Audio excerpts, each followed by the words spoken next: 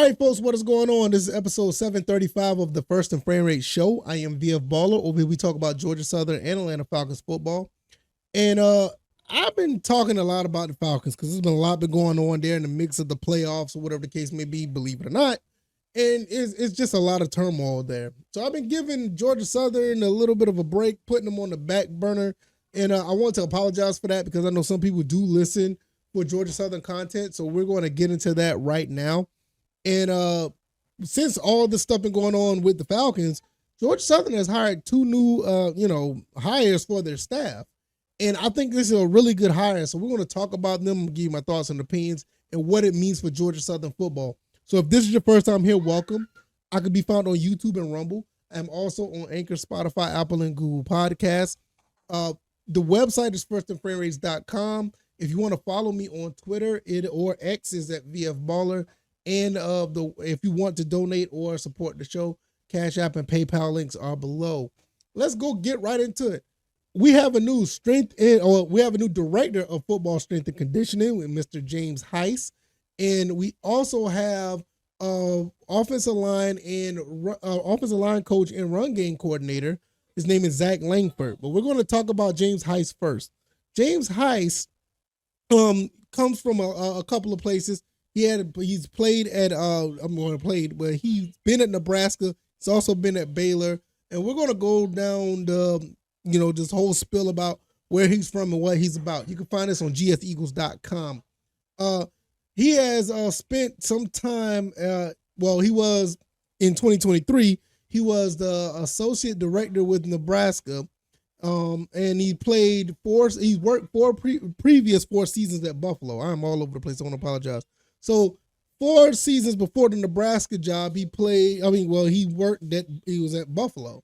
So that's pretty neat. Also, he was at Baylor as well as before joining Buffalo, he spent 2 seasons at Baylor working with Nebraska as the head football strength and conditioning coach.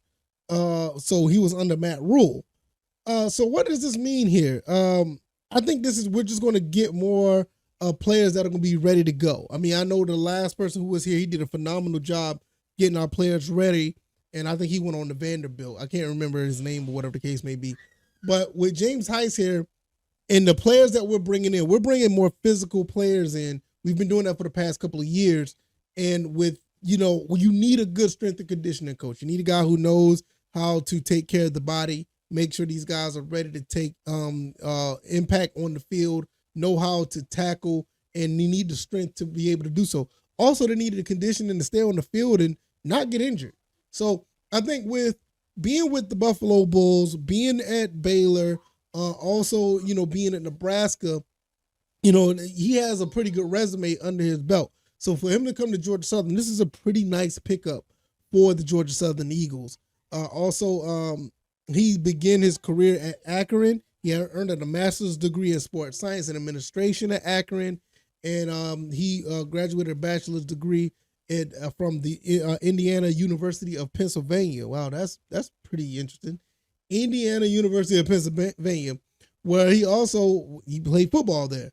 He was a 2-year letter winner with the Crimson Hawks, serving as a special teams captain. So now let me tell you something about this as well. Not only the fact that he is not only that he's a strength and conditioning coach, he has some experience. He's been a special teams captain. So even I know this may not be the whole deal or whatever the case may be, but he may have some insight on how to help with special teams. I know we've been doing okay. We got some pretty good kickoff returns. I don't know if he's going to put any input with that, but for him to have that experience would be really good to be utilized. I mean, there's nothing wrong with that. So hopefully we'll see how that plays out. But welcome to Statesboro, James Heiss. Hopefully that you will help our kids get ready to go play in the Sun Belt. I'm pretty sure you will. I mean, one thing I will say about Coach Clay Helton, for the most part, most of his hires have been okay. Nothing's been out of this world. Sometimes, Brian Ellis has been looking like he's been a genius. Sometimes not. It's been a little bit up and down overall. Defensively, we've been looking a little bit better. But at the end of the day, these have been pretty solid hires overall. Nothing to really be clamoring about or nothing to really be alarmed about. I think the first year our defensive coordinator was a little suspect, but under Coach Clay Helton, but that's a different story. Don't want to go there. And we're going to go into the offensive side of things. Well, we're going to talk about, let's see, we're going to talk about here. Oh, wrong one. I'm sorry. I'm hitting the wrong thing. Let me make sure I get the images right. There we go. Sorry for the technical difficulties. But we're going to talk about Langford, Zach Langford. Zach Langford came from a place that a lot of Georgia Southern Eagles are pretty familiar with if you've been around with Coach Clay Helton. His I think it's his brother down there at Western Kentucky, and he got him from Western Kentucky to come down to Statesboro. So now you're looking at the offensive line, run game. I don't know how big the run game is going to be because we run an air raid offense. Love to see us run the ball more because we got some pretty decent running backs. But nevertheless, hopefully our offensive line to get a little bit better from last year, because last year we took a step back from the year prior when we was like one of the best in the nation. This past year was not the best. But with Zach Langford coming in, hopefully that changes. Coach Zach Langford comes to Statesboro after 5 seasons at Western Kentucky. The final 2 was co-offensive coordinator and offensive line for a high-power Hilltopper offense. So that's really interesting. I wonder if he's going to be doing anything as far as the offense in general with Brian Ellis. He is the run game coordinator, and Brian Ellis does, call the plays in the passing game. But with him bringing that knowledge from Western Kentucky, I wonder if you're going to see any more, some new tweaks to the offense. Langford returned to Western Kentucky in February 2019 after the second stint of the Hilltoppers, this time as tight ends coach. He moved to offensive quality control in 2021 before being elevated in 2022 to co-offensive coordinator, offensive line coach. In his first year as offensive line coach, Langford mentored a unit that finished 14th in the country in sacks allowed with just 14. So that is something that we need. We need that right there because we gave up a lot of sacks last year, but the year prior to that, 2022, we were like, I don't think we only gave like 6. So we really need that. So that'd be pretty cool. And really, there's not much else to talk about there. I see the other stuff that they're talking about here. The Hilltoppers, the tight end situation and all this. I don't know how much that's going to play because he's going to be running game coordinator, offensive line. And they talk about how much a couple of guys had some catches. I just don't know how that's going to really play out because unless if he's offensive coordinator, it'd be a different scenario. So like I said, he's been at, Western Kentucky from 2014 to 2016. He came back and, he came back for a second stint after being around a couple other places for a while. He was an offensive line coach at Faulkner University. He also was, he served as a director of recruiting and player development at UAB, which is really interesting. This is another thing.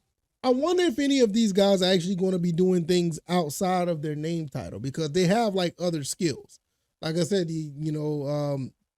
Heist has special team experience. Zach Langford has a lengthy resume here. He's been, a few places, and with him having an eye for talent, being, associate director of recruiting and player development, I wonder how that's going to play. Is he just going to be pigeonholed into 1 or 2, goal roles, or is he going to be put input for other things? It would just be a waste not to just get some input somewhere, not to step on anybody else's toes, but you would want to see a collective effort overall when, everybody's involved trying to get, players in here or trying to have a successful program. It's not just, hey, you do this, you do this, you do this, because other people may have some things that other people may not see. You just never know. So I'm just curious about these 2 hires because it's not much here to really, grasp onto, but it is, it is pretty significant that we got these guys. So we need these guys on our team. And then I think we got 2 good ones. To be honest with you, these two hires are actually pretty stout. One from a Power 5 conference, that had experience in Power 5 conference. And even with Langford, not everything is Power. I don't think he has any Power 5 conference, experience. But the fact that he's been somewhere consistently that was successful with Western Kentucky and it basically lines up with what we're running here at Statesboro. So it should be a perfect fit on trying to continue what we're trying to do here. So it's gonna be really interesting. So that's all I got for this one. So if you like this commentary, the like button, share this podcast, subscribe to the channel if you haven't already. Let me know what you guys think about these two hires. I think they're pretty solid. I don't see any downside to any one of these two guys. Hopefully they just continue to make the team better. I mean, you want to see this team get, +6 wins, you know what I'm saying? 7, 8, 9 wins. And I think that really kind of relies on the quarterback. I'm just gonna be honest with you. We get a quarterback here, we would do some really good things. And these two other hires, the strength and conditioning and the offensive line and run game coordinator, just going to enhance that. So I could be found on YouTube and Rumble, also on Anchor, Spotify, Apple, and Google Podcasts. You could also find me on Twitter or X at VF Baller. I talk about things over there that don't make the show. And also the website is firstandframerates.com.